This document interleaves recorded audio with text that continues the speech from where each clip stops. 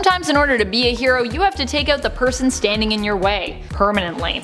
And sometimes the person standing in your way happens to be another hero. During Future State, we get to see a lot of bleak futures. One such involved Shazam. Shazam was tasked with keeping Raven imprisoned in the Rock of Eternity because she had taken within her the 4 Horsemen of Apocalypse. Unfortunately, through trickery, Raven would end up escaping, but in order to do so, Shazam and Billy Batson would have to be split up. Billy would end up being tormented as he stood guard, but Shazam would return to Earth to act as a hero. Unfortunately, without Billy's soul to guide him, he became pretty conflicted, empty, and a much darker version of his former self. In the end, this drove him to kill Spectre when the Spectre sensed something was wrong with him and probed to find out what was going on with Shazam and why. Shazam surprised Spectre by stabbing him with what appears to be a piece of the Rock of Eternity, and although his death wasn't confirmed, the cosmic hero did look pretty dead near the end of Future State Shazam issue number 2. He looked pretty dead to me. Number 9. Gamora kills Eros. Gamora killed her uncle Eros, or Star Fox, to prevent Thanos from being resurrected.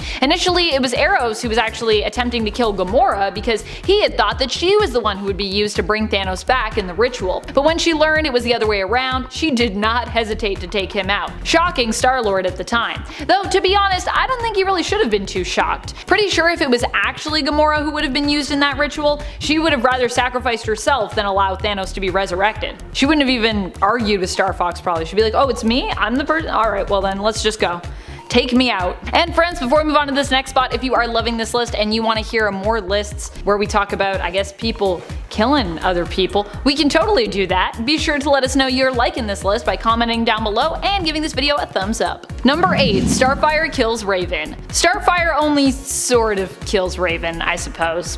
But I just wanted to talk about this, so I'm going to include it. She is one of the many who fights back against her. This is when Raven had turned evil and followed her, ruining Starfire and Nightwing's wedding and implanting a ton of Trigon seeds within Starfire via a kiss that the two shared. It turns out that wasn't all that she decided to store inside Starfire though. Raven also entrusted her soul to Starfire, on some level reaching out in a way for help, which is what Starfire learned later when she got her empath abilities. In the end, Corey and the rest of the Teen Titans and friends are forced to take out Raven, evil Raven, by killing her when she is in essence manipulated into resurrecting her father Trigon. While Starfire and the team succeeded in defeating Raven, killing her evil version, her soul self then becomes free. Yay! At the time, Raven's soul self does not have a body, but is still happy to be free for the first time pretty much ever. So it all works out in the end. Number 7. Wolverine kills the Hulk. In the reality of the dystopian future of Old Man Logan, Wolverine ends up facing off with the Hulk and killing him over a rent dispute. Sort of. Here, Bruce Banner in his old age has gone completely crazy. It's implied that he even mated with his cousin, Jennifer Walters, aka the She-Hulk, to create their huge Hulk family, known here as the Hulk Gang. What a happy, weird family. The Hulk Gang are landlords of sorts, offering protection to property in exchange for a fee, likely mostly offering protection against themselves, who are a violent bunch when they want to be. Logan and his own small family owed the Hulk Gang money, so Logan headed out to go and earn some. He made it back in time only to find that the Hulks had actually become impatient and ended up coming early for the money, killing his family when they didn't have it yet. Raging in his grief, Logan went to repay the Hulk in kind. Hulk devoured him, but Logan got the last laugh, killing the Hulk when he slashed his way out through his stomach. That's some bad indigestion. Number 6. Superman kills Shazam. I mean, this one is such an iconic moment, how could I leave it off of the list? Of course, this comes to us from the Injustice reality, coming specifically from Injustice Gods Among Us, the video game. Here, Superman ends up as the major big bad after Joker and Harley trick Supes into killing Lois Lane, and with her, their future family. They also destroy Metropolis, and all of this causes Superman to snap. He kills the Joker and sets out to take control of the world to make sure no criminals are ever capable of causing this kind of mayhem, or any kind of mayhem really, ever again. However, some of the other heroes who are loyal to Superman begin to question his methods, including Shazam. Questioning Superman, he quickly finds out, is considered unacceptable in his new regime. But too late, alas. Superman ends up using his heat vision to burn through Shazam's head, killing him. But first he freezes his mouth, because he's like, shush. No more questions. And then he's like, anybody else have anything to say? People are like, I think I'm good. I don't want to get heat vision through my brain, so I'm good. I'll just keep it quiet. Number 5. Omni-Man kills the Guardians of the Globe. One of the most shocking kills on this list I think is this one. Omni-Man is introduced to us as a major hero in the world of Invincible. He's basically the Skybound X Invincible universe equivalent of Superman. So whether we're talking comics or the animated series, I'm pretty sure everyone that knew the character was shocked when they first learned that he took out his colleagues, the Guardians of the Globe. Now, it's true, Omni-Man was never a member of the Guardians of the Globe, but he still worked with those heroes, and none of us likely had any clue as to why he had done this initially. Even when his reasoning was revealed, also making him seem more villainous than we thought, I personally couldn't even believe it. But that's the great thing about this world. A lot of the characters are more complicated, more flawed, and even the best heroes have their secrets and their motives. That's what makes Invincible so great, the Invincible universe. Number 4. Wonder Woman kills Superman. In the Black Label series Dead Earth, Superman fails to stop a nuclear strike on Themyscira during a war which takes place between man and the Amazons. Wonder Woman's full powers are unleashed in an attempt to protect Themyscira from the incoming missiles, but there are too many, and her home and her people, including her mom, are all completely destroyed. Wonder Woman, coursing with power, becomes so furious and grief-stricken that she goes into a blind rage.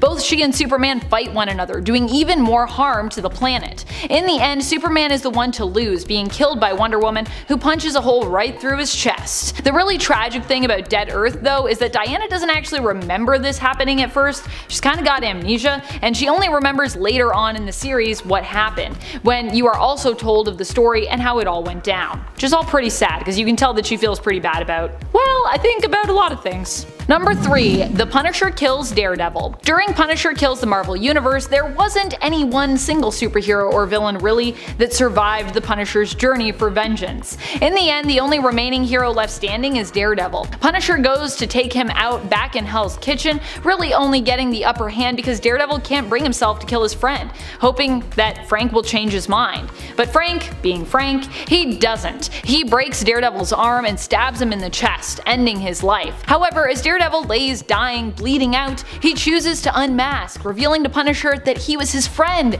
Matt Murdock, all along, reminding Punisher that every vigilante and villain is still a person under their mask, and prompting Frank to take out the last one left standing in this story, himself. Number 2. Green Arrow kills Green Lantern. Now admittedly, this wasn't when Green Lantern was going by the name of Green Lantern, this was back when Hal Jordan was corrupted by fear, overtaken by Parallax, one of the creatures of the emotional spectrum representing fear. Or the color yellow, which is fear. It turns out, for years Parallax had been feeding on Hal's fear and insecurities, and eventually took him over. Hal, under the influence of Parallax, took out all of the Green Lantern Corps and threatened the existence of the entire world. Nay, the entire universe perhaps. With no other options left available, Green Arrow had no choice but to kill his BFF Hal, in order to put a stop to him and all the destruction he would undoubtedly continue to cause. It all worked out in the end as Hal came back as the Spectre, but this still ended up being a really challenging time for Oliver Queen moving forward, as if he didn't already have enough going on at that time. Poor Oliver Queen, I feel like his life is always so dramatic. Number 1. Wolverine kills the X-Men. This death, or these deaths I should say, also come to us from the alternate reality of Old Man Logan.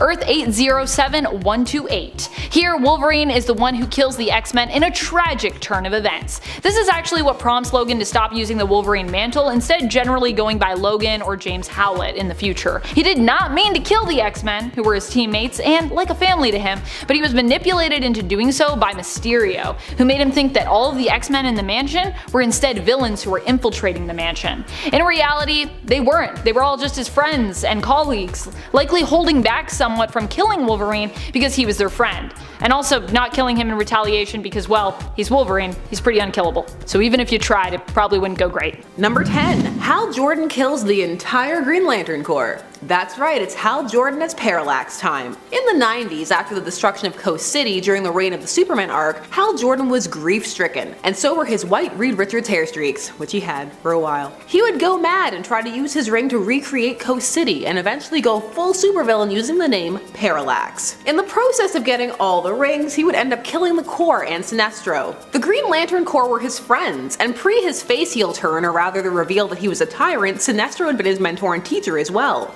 Hal snapped his neck. All of this was because in this time period, the idea was that the Green Lantern mythos had grown too large and that they needed to rein it back in. So we would have one Green Lantern for a while after this, Kyle Rayner. And Hal's legacy would be sullied, despite kinda redeeming himself dying in the sun. Later, Hal McCoy would be brought back to life, and we would pull the classic, it wasn't his fault. He was possessed. It fed on his fears and made him kill his friends. No one could resist it. Look, it got Superman. In fact, he was better than most people because he held it off for longer.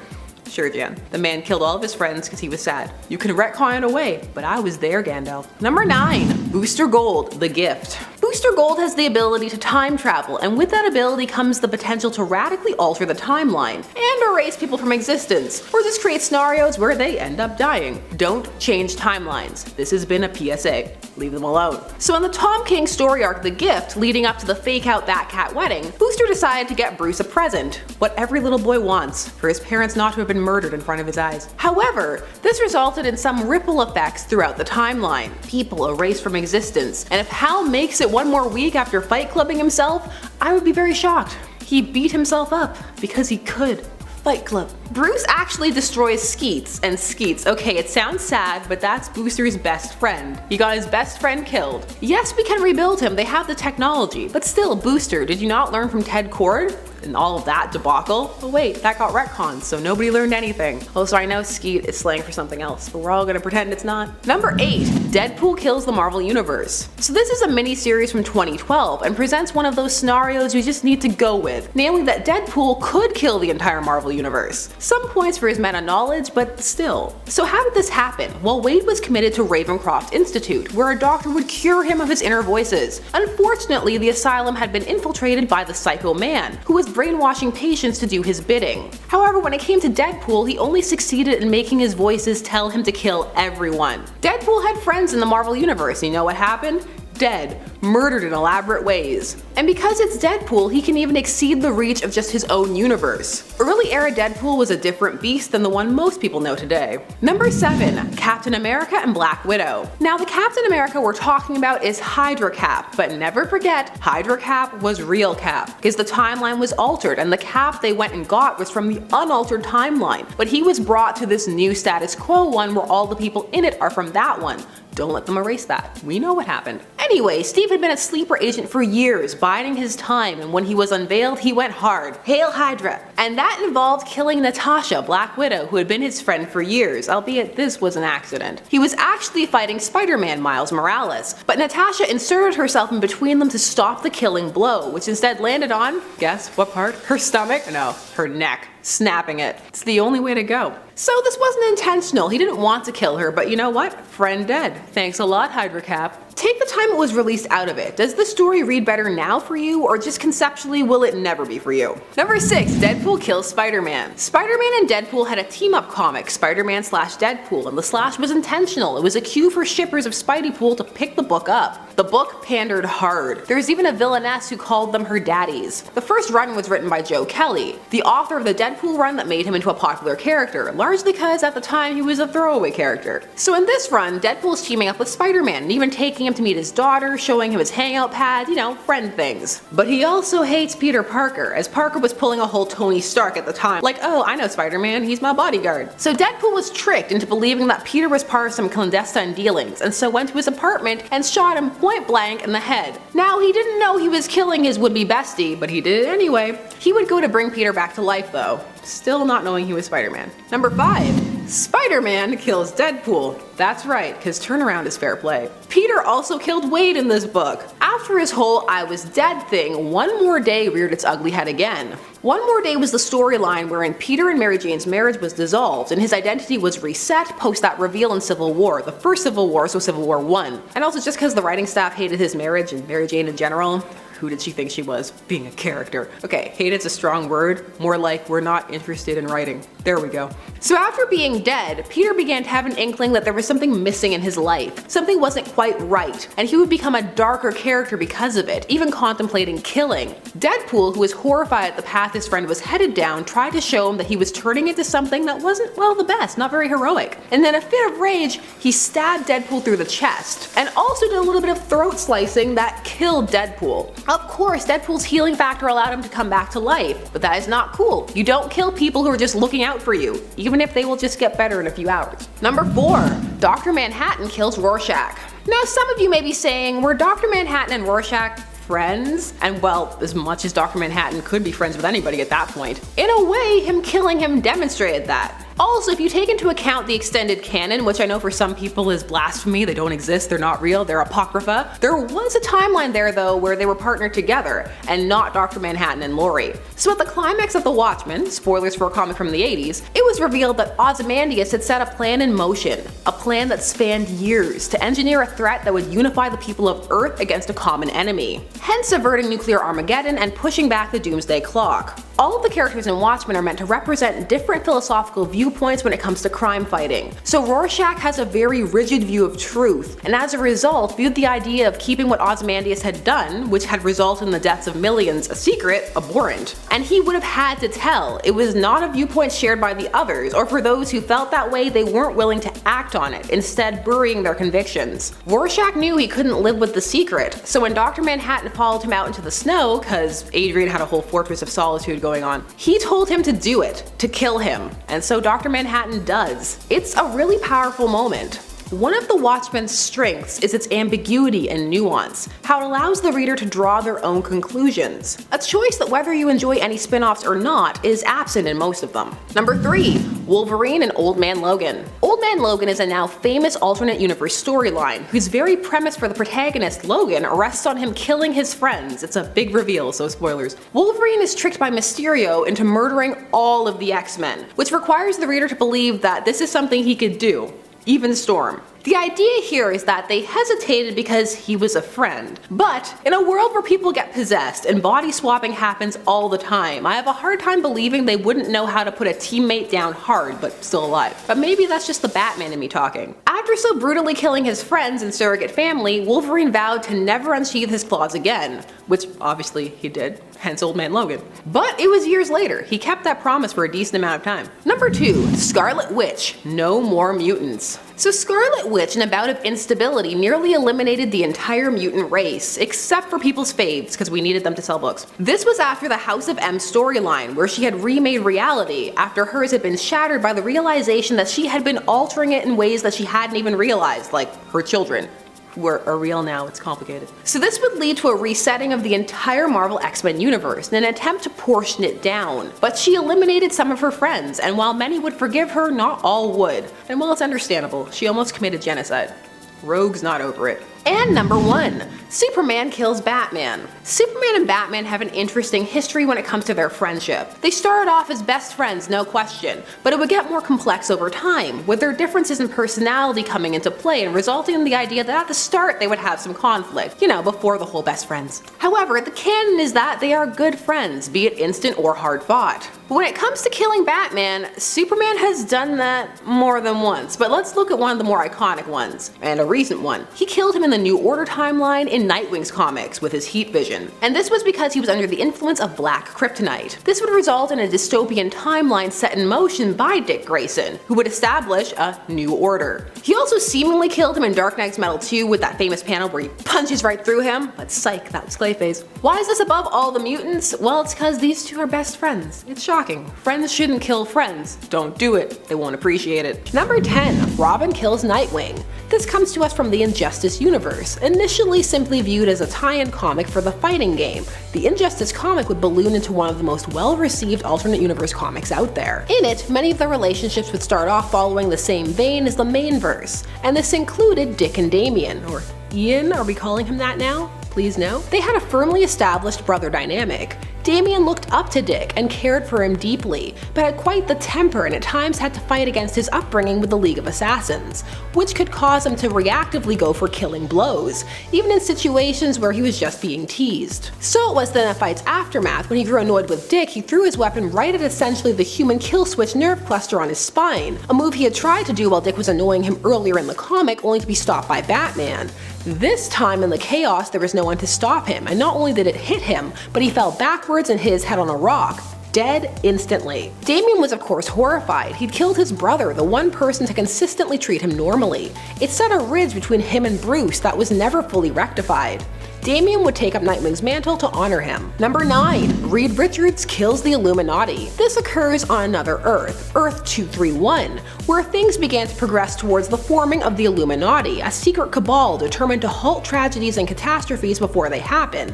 Not in a precog way, but in a we used common sense and are being proactive. These things are going to cause issues kind of way. Like, sometimes you can predict things. However, in this universe, one of the things Reed felt was going to be a problem was the Illuminati itself. So he killed them at their first meeting to ensure they didn't do any irreparable damage to the world. I mean, he wasn't wrong. They did prove to be a problem, but seriously, don't kill your friends. I'm not going anywhere with Reed. If he invites you, don't go. The Reed of 616 truly is the anomaly nice guy Reed. Number 8. Black Canary kills Hal Jordan. Here we're going to be looking at Deceased, the DC zombieverse that just saw a pun and went for it. Here the zombie apocalypse is a techno-organic virus type deal, and it started when Cyborg is kidnapped by Darkseid, who wants to use him to complete the anti-life equation, but in the process he ends up creating this horrible virus. Many heroes are taken out early on, and one of those is Hal Jordan, cause, wait for it, one of the ways the virus is spread is through phones. So Hal is on a camping trip with Ollie and Dina when he pieces out from Ollie's incessant mockery to the tent to check his phone, which makes him go full Green Lantern zombie. Ollie is all, oh no my friend, look how they massacred my boy. But Black Canary is full on aim for the head and takes him out right away with a sonic scream. So she ends up being selected to become the new Green Lantern. Sassy move ring. Very sassy. Number 7. Blue Beetle kills Booster Gold. This is Ted Kord Blue Beetle. There have been 3. DC has been running a series of dark multiverse comics since introducing it as a concept. The dark multiverse is this realm of negative universes, because never forget, negative numbers are bad and they should feel bad. And in these universes, the worst events you could think of occur. So they have used this as an opportunity to rehash iconic stories with a dark twist. One of those was Infinite Crisis. So in the original arc, Ted Kord died, killed by Maxwell Lord, but here he ends up killing his best friend, Booster Gold. Booster Gold and Blue Beetle are iconic besties, in a relationship that blossomed during their run together on the JLI, that being the Justice League International. Here, Ted Kord ends up being fused with OMAC and Brother Eye and ends up trying to assimilate the heroes, and Booster tries to stop him and for his trouble gets blasted through the chest. Absolutely tragic, especially when you know the lengths that Booster went to in the main verse to bring back Ted Kord. He jacked up the whole timeline for him, and Ted had to voluntarily go die again to set it right. Heartbreaking. Number 6. Hulk kills Vision. So we're talking about the immortal Hulk here, who just has a fascinating comic. For some reason, despite fighting the Hulk several times, every time the Avengers are like, no, this time for sure, we're prepared this time.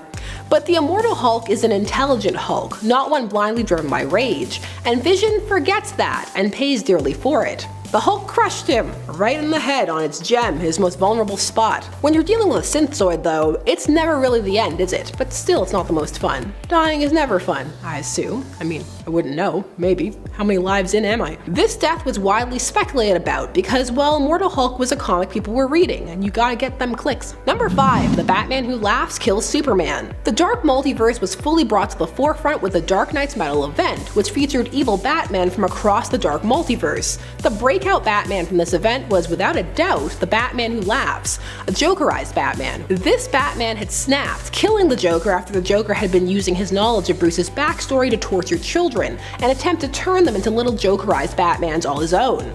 However, when Bruce killed him, a gas was released from the Joker's corpse, which he inhaled, which began a deadly transformation for all around him. He became the Joker, but with the cold clinical planning abilities of Bruce. He ends up luring Superman, his best friend in this continuity, to the Watchtower, where he exposes him to kryptonite gas and kills him along with his son and wife, using Supes partially to do it himself. It's cruel and horrifying.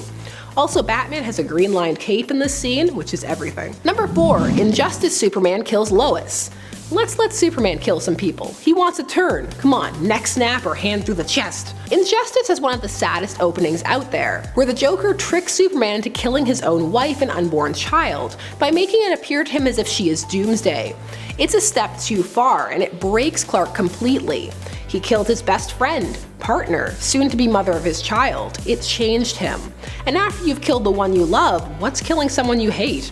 Nothing, that's what. So we get the now famous panel of him putting a hand right through the Joker's chest, while Batman watches, horrified. Batman was actually willing to give him that kill, heat of passion and all of that, but Superman went full draconian despot, and that the Dark Knight could not stand by, no matter who the Joker made him kill. Number 3. Mr. Fantastic kills his family in the Zombieverse. The Marvel Zombieverse is a juggernaut at this point. It has spawned 14 spin-offs at the time of this recording. Continuations, people are just into it, they took to it. It's a dark world that went to some pretty both dark but also silly places, eating Galactus, cosmic energy zombies. One of the parts of this series that intrigued readers was just exactly how their faves were transformed into zombies in the first place. And in the case of the Fantastic Four, we have Reed to thank. The Fantastic Four were already traumatized by zombies at this point, as the She-Hulk had killed their children and ate them. However, instead of being put off the zombie infection by this, Reed found himself fascinated by it. Maybe it was a way to cope, I don't know, it's Reed so probably not. He decided that the virus was a form of evolution and something to be embraced, so he infected his family, but not himself, without their consent. As they transformed, they attacked him, transforming him as well, which he loved. Come on now, turn yourself first. Reed is Reed. Making your family undead? Not cool. Divorce worthy. Number 2. Captain Marvel and Thor. She beheads him. Captain Marvel had a dark arc in late 2019 where she became evil. It was a bit of a marketing ploy to play into fan curiosity and boost sales, and it did briefly, but they then dropped. But it's fine, they'll just relaunch her comic again for like the 30th time. So the build-up in this event was that Carol was going to kill an Avenger, but which one? Although the real reaction should have been, again, because let's be honest, she killed Tony. The only reason it's beaten into a coma is because it's Tony, and he was able to upload himself into another body later. Anybody else would have been dead. Captain America number 12 gave the world an epic showdown between Thor and Captain Marvel, and don't kid yourself, this was a strategic choice for horizontal brand synergy. For years, Thor has in the comic verse been stronger than Carol, unless she was binary, then you can make an argument. But in the MCU, she was introduced as the strongest Avenger, which ruffled some feathers, and then people acted like that was odd at best, or at worst that you were a bad person for daring to think otherwise. So with her beating and killing him in the comic verse, now Marvel has a nuh-uh, see she is stronger. Also now we can relaunch Thor and get back his status quo and get rid of his cool metal arm and give him both eyes back. I'm sad now. Thor and Carol were friends and teammates, more in the past than the present, but she was better friends with everyone except maybe Jessica Drew in the past, so that's not saying much. And number 1. Wally West, Heroes in Crisis. Wally West has had quite the journey when it comes to DC and continuity, since the New 52 reboot and really since they decided to bring Barry back to life. He's been erased from existence, brought back, recently gotten to sit in Batman's favorite omniscience chair, but he also was made into a murderer by Tom King. So Heroes in Crisis was a plot that revolved around Sanctuary, a farmhouse where heroes and villains could go to get therapy from AI robots. Just one robot really. And also you were judged hard if you didn't go, because the comic had like a better help thesis, like it's a checkup for your mind. Anyways, continuity got weird there, and Wally ended up not only becoming aware of the family that he had lost, his wife and kids, because of gratuitous reboots, but he read everybody else's files and saw how much they were struggling. Although I like to pretend that he got to the tape of Hal saying he didn't even know what Will was and it was just so out of character that he just snapped. For he did indeed snap and kill his friends and then a future version of himself to cover up the crime, so premeditated. The goal of this mini was interesting, heroes and villains tackling mental health. Mileage varies about the execution, it's very up and down. Number 10. Iron Man almost kills Tony Stark. Iron Man is really good at making suits, sometimes too good. At one point he decided to make an AI suit instead of an AI to be used in his suit. This artificially intelligent suit did what most artificial robotic intelligences do, it almost immediately became evil. Although Tony did also decide to use some Ultron code to construct it, which honestly probably was not such a good idea, especially for someone who's supposed to be a computer genius. In the end, the suit created programming that allowed it to feel emotions, and after fighting with Tony Stark and trying to get him to forcibly merge with itself, it eventually felt remorse at its action while during their fight, Stark suffered a heart attack. The suit sacrificed its own life, giving Stark an emergency and what looks like terrifying artificial heart transplant. Like, you can still see the artificial heart sticking out of Tony's chest. That does not look sanitary to me. Number 9. The Avengers kill Iron Man. Okay, so the Avengers weren't solely responsible for his death this time around, but they definitely were the ones who caused it to happen. at least in part. During the events of Armor Wars, Iron Man became branded a criminal by the United States government. Among those opposing the vigilante were fellow Avenger Captain America. This, however, happened at a time where Tony Stark was not known to be Iron Man. His identity remained a secret, and Stark simply claimed that the man in the suit was actually his bodyguard, often remote controlling the suit to kind of make it appear as though they were in the same place at the same time, so no one would question his explanation of the identity for Iron Man. In the end, Stark decided, because of being declared an outlaw, to kill Iron Man, claiming that the man in the suit was named Randall Pierce, and staging Pierce's death by allowing an empty remote-controlled piloted suit to be destroyed during a confrontation with the government. This would later allow Tony to reveal himself as Iron Man, though he would at first claim another employee of his had simply taken up the mantle. But we knew the truth. It was really Tony in that suit. Once again. Number 8. Zombie Hulk kills Zombie Iron Man. During the events of Marvel Zombies, pretty much almost all of the zombified heroes meet their end at one point or another, save for a lucky, or I guess unlucky, few. Iron Man is not one of the zombified heroes who makes it, however. He is one of the victims of Zombie Hulk, who kills a bunch of other zombies when they start getting angry with him for eating so much, as they fear their food supply of brains and meat is running low. Zombie Hulk crushes Zombie Iron Man to the point that blood sprays out of his mouth and eye holes of his armor. Basically, he squishes him like a grape. Number 7. Tony Stark sacrifices Tony Stark. In the Marvel Cinematic Universe, it was Tony himself who killed Tony, or while he chose to sacrifice himself in order to ensure the events of Thanos' snap at the end of Infinity War, which initially wiped out 50% of all living beings at random, including half the population on planet Earth, remained reversed, so unsnapped if you will. In order to bring everyone back, the heroes needed to time travel to retrieve the Infinity Stones and use them to create their own Infinity Stone gauntlet. Then the question came of, who was going to wield it. The Hulk was the one to bring back everyone using the gauntlet, but Thanos from the past returned to threaten the heroic plans of the Avengers. He attempted to guarantee that his future self's plot, and really his own plot, remained successful, but Tony managed to get rid of him, wielding the gauntlet himself and using it to wipe out Thanos and his army with his own snap. Unfortunately, because Tony Stark is just a man at the end of the day, the amount of energy this required ended up killing him, despite him wearing his Iron Man armor at the time. Number 6. Dark Avengers kill Tony Stark's evil brain. In issue 190 of the Dark Avengers, we get a glimpse into the pocket reality of Earth 13584, where New York is one of the last vestiges of human civilization that various superhero factions fight for power over. One such faction is led by an evil Iron Man who is now just a brain. His armor was crushed by a giant Janet Van Dyne of the same pocket dimension reality. As his brain ejected from the armor, Trickshot of the Dark Avengers, Barney Barton, Clint's brother, shot the brain with an arrow, killing this alternate version of Tony Stark. Number 5. Captain America kills Steel Corpse. In an alternate reality belonging to Age of X, Tony Stark became consumed by a virus which fused him with his suit, causing him to slowly be digested by it. Ew. Formerly known as Iron Man, Tony adopted the mantle of Steel Corpse following this, which he thought was more appropriate considering, he was basically just a corpse in an armor. He joined the Avengers team in their mission to exterminate mutants, but when they decided to rebel against their mission directive, saving mutants instead, an emergency override system caused Stark to be unable to follow suit with the rest of his teammates.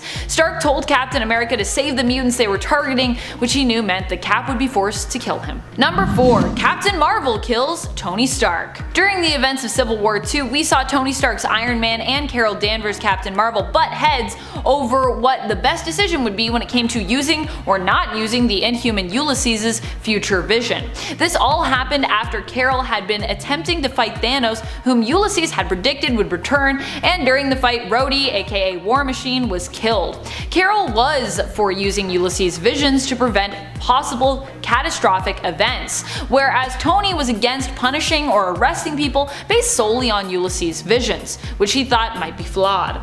The Civil War ended with Carol seemingly killing Tony, though it was later revealed he was still alive but in a coma, and then of course later on he woke back up and he would actually even come to forgive Captain Marvel. And now they don't really talk about the fact that that all happened.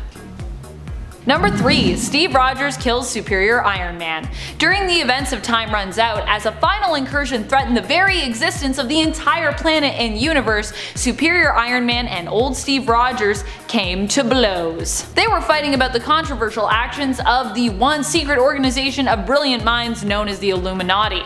Also, Superior Iron Man is just kind of a jerk, so it makes sense that Captain America would be like, I'm gonna fight you, you're evil. Captain America had declared Iron Man and the Illuminati enemies due to their actions, and as such, the two heroes and former friends had come to blows over the argument. Just as the world was about to end, these two fought each other to death, both being taken out by a helicarrier during their fight in their last moments before everything reset. And then Battleworld happened. Woo! Number 2. Young Tony Stark kills older Tony Stark. During the events of The Crossing, a wildly crazy story, it is revealed that Tony was a sleeper agent for Kang the Conqueror, who he later found out was actually a Mortis in disguise, posing as Kang.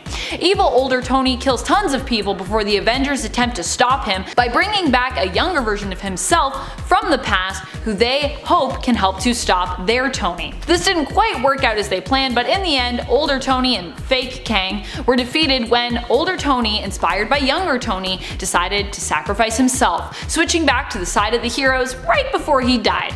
With older Tony dead, it was decided that younger Tony would stay in the future and take his place. Number 1. Tony Stark kills immoral Tony Stark. A crazy turn of events came about that led young Tony Stark to effectively make himself brain dead in the comics in the Invincible No More story. Following Secret Invasion, Norman Osborn created Hammer in the place of S.H.I.E.L.D. and created his own Avengers, which we know as the Dark Avengers, mainly comprised of villains who adopted heroic personas to mirror that of the original Avengers team. To prevent Osborn from getting a hold of information that was gathered from heroes during the events of the first Civil War as part of the Superhuman Registration Act, Stark transferred the files from S.H.I.E.L.D. computers to his own brain, and then later wiped his own mind completely, making him brain dead. Tony would later return, but not really as the same version of himself. This Tony Stark would not have the knowledge of his actions during the first Civil War. How convenient. And at number 10, Let Them Burn. All-Star Batman and Robin depicts a much more hardened and brutal Bruce Wayne than the one that we know from DC's main continuity. This Batman, penned by Frank Miller, was the younger version of the Caped Crusader who appeared in Miller's iconic The Dark Knight Returns series, and it provides quite the explanation as to why people act the way they do around Bruce in that series and its sequel. It's because Batman is a total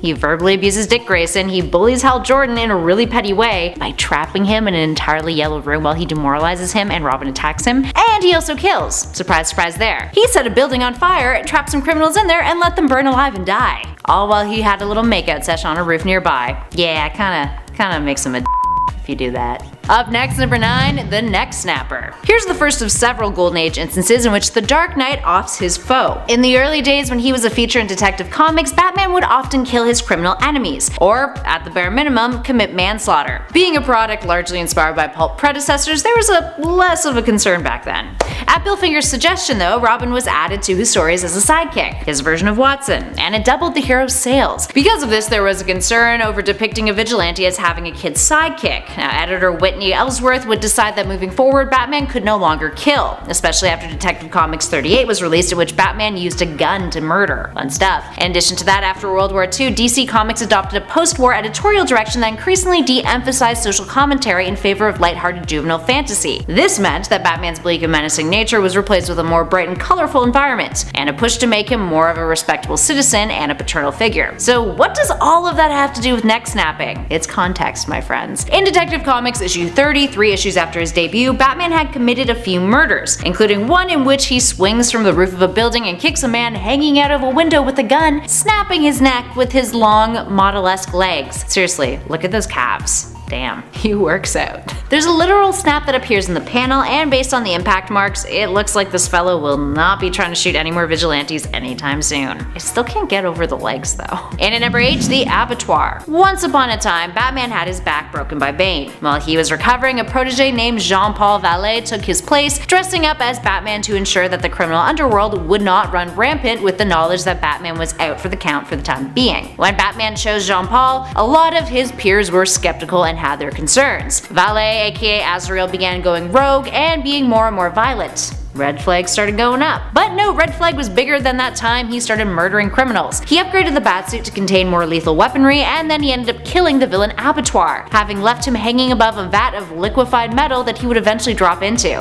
And we got to see his demise on panel too. Pretty brutal. And at 7, Reverse Flash. Yet another alternate version of Batman coming in at this number. In the Flashpoint universe, we got to see a different man under the Batmantle, Thomas Wayne. According to this alternate universe, instead of Thomas and Martha being the ones gunned down in that alleyway, it was Bruce. This tragically affected his parents in different ways. Martha became insane and would go on to become that timeline's Joker. And Thomas Wayne would become Batman. His version of the Caped Crusader is much more violent. He uses guns and lethal force when necessary. Case in point, he stabbed the Reverse Flash, the story's prime antagonist, right through the chest with a sword, all to give Barry Allen enough power to access the Speed Force and return back home. And at number 6, Darkseid. Final Crisis was a crossover event that occurred between 2008 and 2009. And no, it was not the Final Crisis, which kind of makes it less impactful in retrospect. Regardless of this, it features Darkseid as a primary big bad, who had a scheme to overthrow reality. Batman, being the ever-prepared individual he is, came up with a way to defeat the supervillain, using a bullet made of radion, a substance that is toxic to new gods, and was also found fired back in time at a crime scene earlier on in the event. Now the two would have a bit of a standoff, with Batman firing this bullet and Darkseid using his Omega beams to try to kill Batman. While he managed to kill Bruce, his body was infected with the radion, meaning death was inevitable, allowing him to be easily defeated by the remainder of the Justice League. It was then later revealed that Batman had just been sent back in time instead of being killed off. And that's a whole other story for a whole other list and a whole other day, my friends. And at 5, KG Beast. Whoa, that name. During the height of the Cold War, it wasn't uncommon to see anti-Soviet and anti-Russian themes in comic books. Such is the case with this story, Batman up against a foe called KG Beast. Creative. First appearing in Batman issue 417 in 1988, he was a Soviet assassin on a mission to kill 10 high-ranking US officials. He poisoned over 100 people at a banquet just to ensure that one of his targets would die. Yeah, intense. Batman would eventually hunt him down and put a stop to his reign of terror in a very sadistic way. He locked him in a room, barricaded it, left no food or water, and then just left him there to die. Batman goes on to note that some circumstances are such that the rules pervert justice. I quote, "I'm not in this business to protect the rules, I serve justice." He says that while he's barricading the door. While we didn't see the villain's death on panel, it was assumed that he was definitely dead, because how the hell would anyone get out of that? But fret not, because DC did not let that fly forever. The character's inevitable demise was retconned slightly, with Batman noting in Batman Year 3 that he contacted the police to pick up KG Beast. KG Beast would be killed off anyway, and 1 year later thrown off of a building as a botched assassination attempt by Great White Shark. These days in DC Rebirth, he's known simply as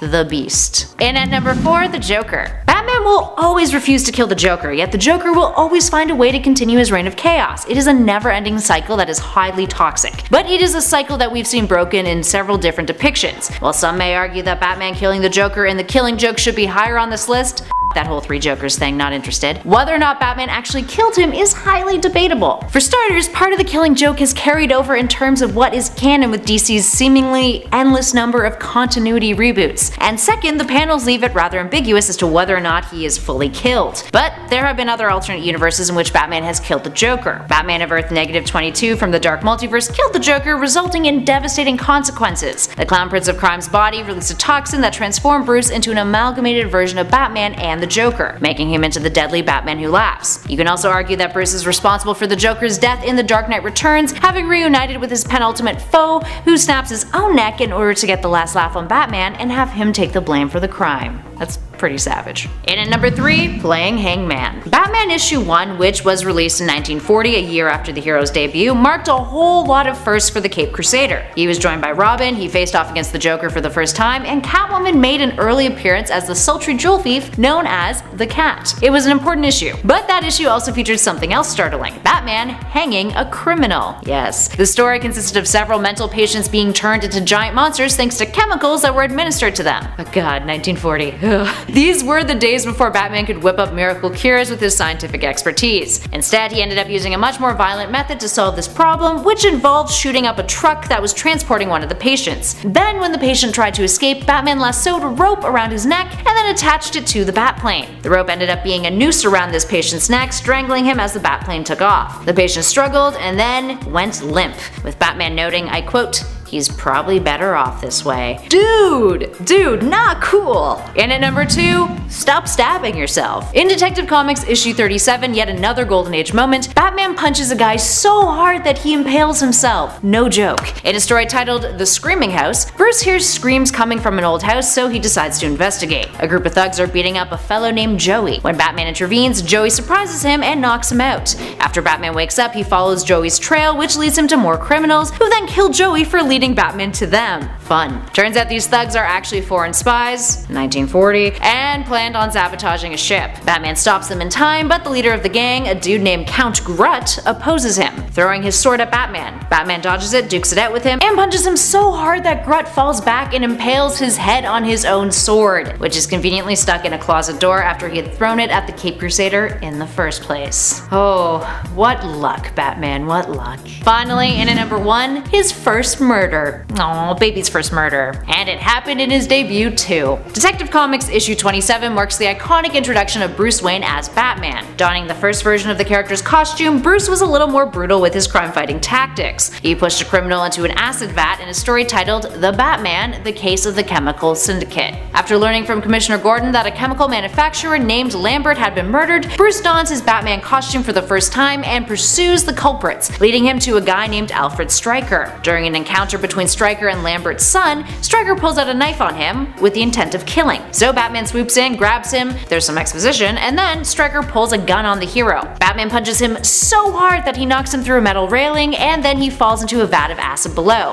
And what does the Batman say in response to that? A fitting end for his kind. Oh my god, Bruce, chill. I mean, to be fair, this would later be categorized as Batman of Earth 2, the home of all Golden Age heroes, but still, that's a murder.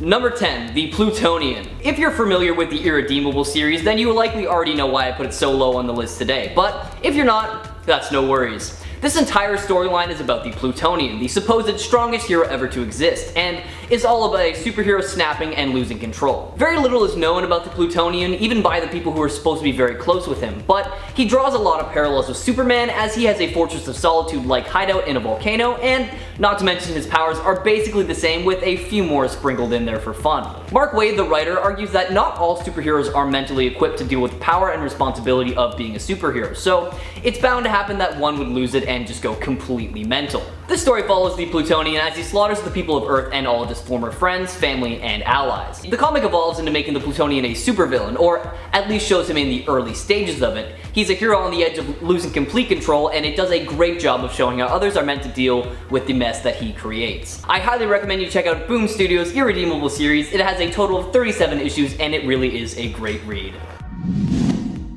Number 9, Green Lantern. The specific Green Lantern that I'll be talking about is Hal Jordan after his home was destroyed in 1992 to 1993's Death of Superman's storyline. At one point during the story, Coast City was destroyed by Mongol, and Hal was not very happy about that, to say the least. To try and resurrect the city back to its former glory, Hal attempts to use the power of his Green Lantern ring, but its power is revoked before he can make it permanent. Consumed by grief and anger, he ends up becoming the villain Parallax and goes on a mass killing spree, killing almost all of the other Green Lanterns so he could take their rings and absorb their power. It ended up getting to the point where Hal was so powerful that he was one of the most feared superheroes in the galaxy, and to date this is considered to be one of the most strongest iterations of the character. And even though it's not really his fault since he was under the control of Parallax, you'd still think that his strong will would at least have tried to resist the temptation, but alas, that wasn't the case. Why not give this story a read for yourself so you can see just how strong Hal became by starting with 1992's Superman, The Man of Steel, Volume 1, number 18.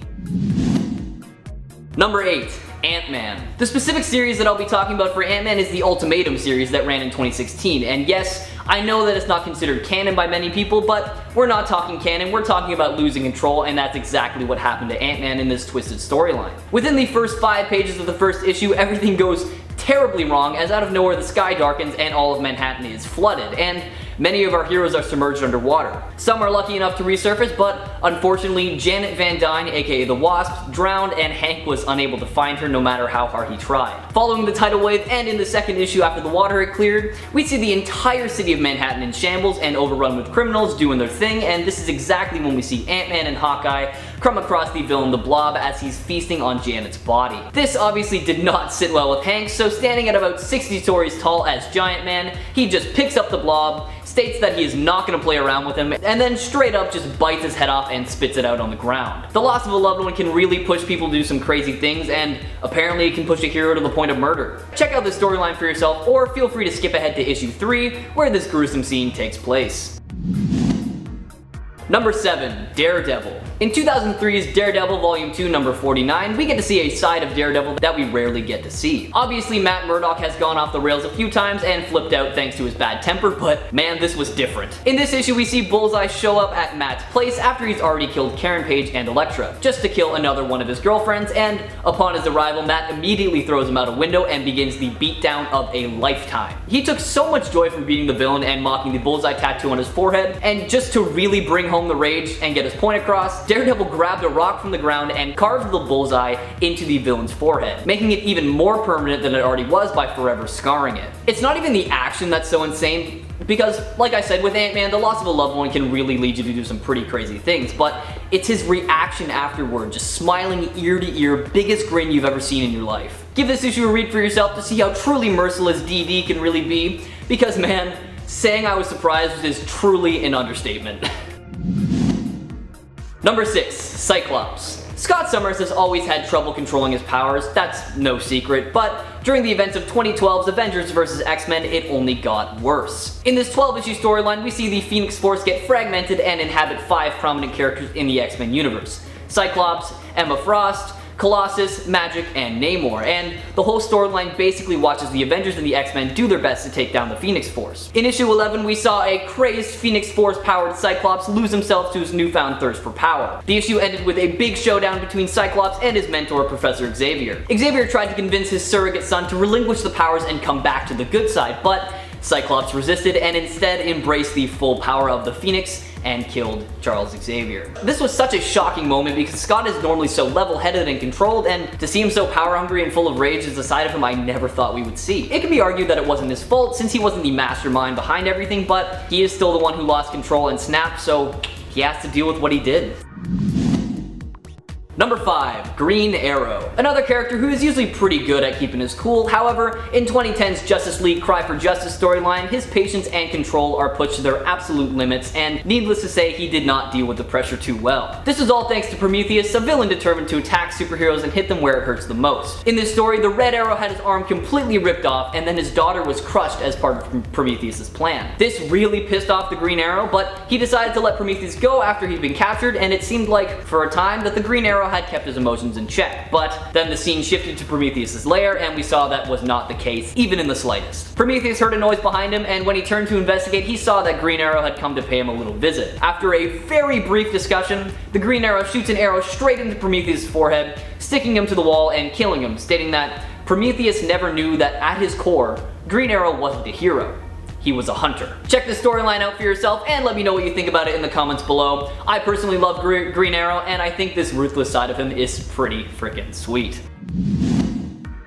Number 4. Spider-Man. Back in Black, a great AC/DC song, but also a Spider-Man storyline that ran in 2007. After a sniper's bullet changes everything for Peter Parker and his life, he dons his infamous black costume once more. From then on, Spider-Man would stop at nothing to find the man who pulled the trigger and, even more important, the man who gave the order to kill. This is truly Spider-Man at his darkest hour. Now, I realize that was probably a little bit vague, so I'll just tell you straight up. Aunt May is the one who was shot, and this caused Peter to go off the rails. He tracked down everyone involved with the shooting and found that it all led to the Kingpin. He found the Kingpin in prison and he beat the living daylights out of him. He beat him within an inch of his life and then promised to kill him if Aunt May was to actually die. After he beat him to a pulp and got Fisk really scared, Peter decided to let him live with the shame of being handily beaten by a guy half his size in front of literally everyone in prison. Certainly surprising that the joke-filled webhead could be so ruthless, but I don't know, can you really blame him? Give the storyline a read for yourself by checking out 2007's Amazing Spider-Man number 539 to 543. Number 3. The Hulk. You always have to include the Hulk on any list that involved the hero losing control, because it's the Hulk, it's kind of his thing. In World War Hulk, the sequel to Planet Hulk, the Hulk is married to Kara, and they have a child on the way. After he is tricked by the Illuminati and sent into space with her, their spaceship exploded and she and the unborn child were unfortunately killed. Now, we all know that the Hulk has a very bad temper during the best of times, so you can only imagine what this tragedy did to him. I feel like I don't need to say it, but I will anyways. He went absolutely insane. He traveled from place to place, smashing everyone and everything in his path, and he single-handedly destroyed so many different superheroes that I won't even start to list them because I would be here for hours. Eventually his rage grows to such an extreme that the radiation threatens the entire Earth and he is taken down to save the planet. Even if you consider how grouchy the Hulk is and how often he loses it, this is entirely a different level for him. Give the story a read for yourself, starting with 2007's World War Hulk Prologue World Breaker Volume 1.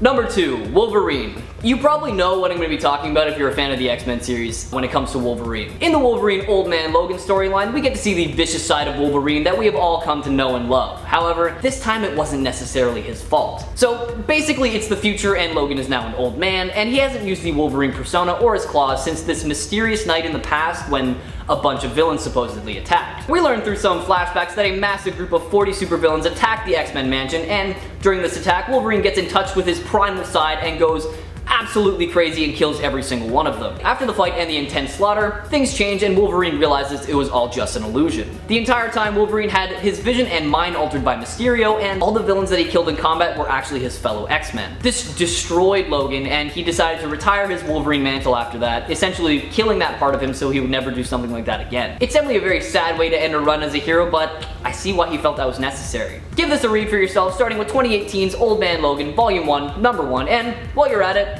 why not rewatch the movie Logan and see if you can, I don't know, draw any comparison.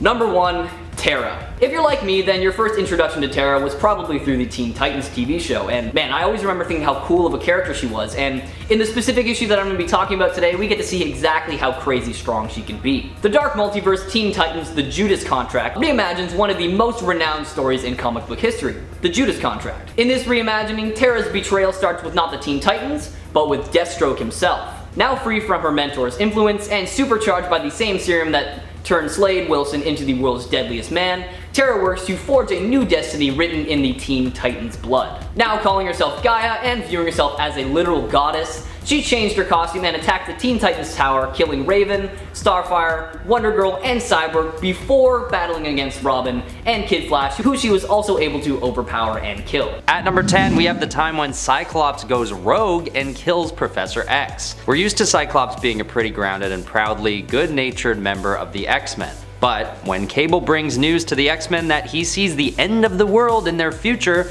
Cyclops is convinced that he has to pit himself against the Avengers. There is a huge debate online about whether or not Cyclops is in the wrong in Avengers vs. X-Men, so in some people's minds, he doesn't actually go evil during this storyline. However, considering he's normally aligned with the Avengers, this is a moment where Cyclops' allegiances change, and many of the good guys see it as a turn to the dark side. And later on in this storyline, Phoenix Force takes over Cyclops and he kills Professor X, which is a pretty clear act of evil, but I digress, it's the Phoenix Force. That's just what it does. At number 9 is when Angel goes evil. Angel was always my favorite of the X-Men, and he doesn't get brought up too often on this channel. So, here we are. Everything starts going downhill for Warren Worthington when his wings are amputated in an attempt to save his life. When this happens, Angel goes into a deep depression, having lost his primary source of power, flight. But good thing he's got a jet, so he takes off to try and feel that sweet, sweet air once more. But of course, he can't even have that. The jet is sabotaged by Cameron Hodge and it explodes. Everyone thinks Angel dies here, but he's actually teleported away and saved by Apocalypse. This is where he goes bad. And yes, it's because he's brainwashed, sort of, but it could also be argued that Angel had a lot of anger built up that made him susceptible to this transformation, due to the whole wings clipping thing. Either way, DM me and let me know if you agree or not. At number 8, we've got Reed Richards turning into the Maker. This turn to the dark side takes place in the Ultimate Universe, where the superheroes are sort of more serious, gritty versions of themselves. And when Reed proposes to Sue Storm and is rejected, he gets pretty close to the edge. But when Kang comes from the future and tells Reed that he's the only one who can save the Ultimate Universe, he makes it his duty to do some pretty nasty stuff, including killing his own family and faking his own death. And when the heroes catch on to this, they naturally take him out by throwing him into the negative zone. But when the Ultimates, the Avengers of this universe, realize the prophecy is true, they turn to Reed to save the universe. And, spoiler alert, they find out that it wasn't Reed, but Reed and Sue's son Franklin, who would have to be the key to saving the universe. But Franklin was never born, because Sue rejected Reed. So boom goes that universe. Sad. Okay, at number 7 we have Bucky Barnes. Harkening back to World War II, Captain America and Bucky Barnes are teammates on the battlefield, zeroing in on Nazi scientist Baron Heinrich Zemo. But they're knocked unconscious in a battle with Zemo, and they're awakened just in time to try and catch up to a stolen ally plane that's taking off. As they catch up to it, only Bucky is able to hold on as it flies away, and Cap falls into the English Channel. But lucky for him, because the plane explodes, seemingly killing Bucky. But he isn't actually killed. After this, Bucky is fished out of the water by the Soviets with one arm missing. He's indoctrinated to hate the West and turned into the Winter Soldier. This is done all against his will, and he has no recollection of his old self and his prior allegiances, so it's not really his fault, but he goes evil nonetheless. At number 6 is Jean Grey turning into Dark Phoenix. This is probably one of the earliest examples of a superhero going bad that I can remember witnessing as a kid. Although this is an instance of Phoenix Force basically brainwashing Jean, I figured it would be blasphemy to leave Dark Phoenix off the list. Jean Grey is an extremely powerful telepath that exceeds all of Professor X's expectations, so when she is consumed by Phoenix Force, she becomes one of the most powerful and unstoppable forces in all of the cosmos. She traverses galaxies, absorbing energy from stars as she goes, and in turn takes out masses of life on various planets in what can only be described as super selfish of her. Throughout her time as Dark Phoenix, she has no recollection of her former self or even a proper sense of reality, so it's not really Jean Grey anymore, but something much more sinister. At number 5 we have Superboy Prime. This is one of the most significant cases of a superhero going evil because the cost of this turn is one of the most significant in any comic storyline, Marvel, DC, or otherwise. Superboy Prime is born on Earth Prime in the same way as Superman, landing in a cornfield, being named Clark, all that hubbub. Except Earth Prime is part of a dimension that doesn't have any superheroes in it, except for Superboy. He's the only one. And when a multiversal catastrophe takes place that destroys hundreds of different worlds, Superboy teams up with a group of superheroes to try and save as many as they can. Basically, as you can guess, his homeworld, Earth Prime, is not saved in this process. And even during another process where they're able to create an Earth with an amalgam of 5 different Earth's histories, Superboy's is not one of those 5 either. So, to keep the story short, this basically drives Superboy into a jealous rage that he never really gets out of. It's a really sad story actually, and given Superboy Prime's insane level of power, it causes immeasurable harm to the cosmos for years after. At number 4, we've got Captain America. Now, there are a couple events that can be explored where Captain America changes sides, one of which being Civil War and the other being Secret Empire. The Civil War example is much like Cyclops' case, where he doesn't clearly go evil, but he does actively decide to take a stance against his former allies. The Secret Empire storyline, however, shows him definitely going to the dark side, but this isn't actually him, but a sleeper agent with allegiances to Hydra. For the purposes of this list, the Civil War example seems to fit better because it's a stance Cap feels like he needs to take for what, as he sees, the greater good. But it still isn't that evil. All I know is that when Cap mutters, "Hail Hydra," it leaves a much more sinister taste in our mouths than him taking a stance against the Sokovia Accord. But let me know over on Instagram which one you think is a more legitimate turn to the dark side for Captain America. At number 3, it is Jason Todd. This is a classic tale of betrayal from the world of DC Comics. Jason Todd is introduced as Robin to Batman and spends years by his side. But during one fateful encounter with the Joker, Jason is captured and held in a warehouse where he is beaten with a crowbar until he's near death. Jason and his own mother blown up in a massive explosion at the hand of Joker. This Robin is basically presumed dead. Then, years later, when a mysterious character donning the moniker of Red Hood comes around, Batman and others soon learn that it is in fact, yes, Jason Todd, but he's not quite himself. Now in the retcon storyline, it's explained that Jason is found by Talia al Ghul and revived in the Lazarus Pit, leaving him in a coma for a year or so and his memory wiped. But he does hold on to a resentment that he was left behind by his former partner Batman and replaced without too much concern, and without any revenge being taken against the Joker. So there's something here that is often argued as being part of Jason Todd's motivation to become Red Hood and turn against Batman. Alright, at number 2 we have Scarlet Witch. First introduced as what appears to be a villain, Scarlet Witch is revealed to actually be good, and she joins the Avengers. Even though she does become one of the most powerful of the group, it may have been a mistake for her new allies to trust her perceived goodness so openly. It's not that she was faking it, but considering what ends up taking place, it could be argued that there was a decent amount of evil hiding right underneath the surface. During the event Avengers Disassembled, Wanda loses all her cool when she learns that her two sons are parts of the Devil's Soul. This, naturally, enrages her and she takes it out on the Avengers.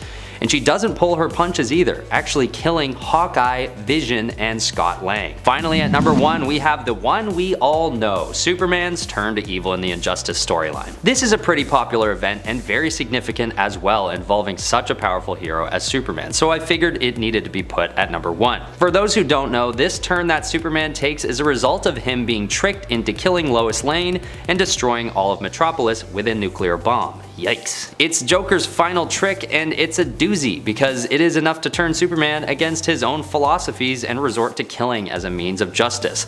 He starts by taking out Joker there and then, but continues his reign of evil by recruiting other heroes to join him on his path of destruction. What makes this turn so crazy and memorable is that Superman isn't entranced by any otherworldly possession or under the spell of some kind of enchantment. He himself has justified his own evil actions. He truly feels in this moment, and forevermore, that he has no choice but to become evil, and convince some others to join him too.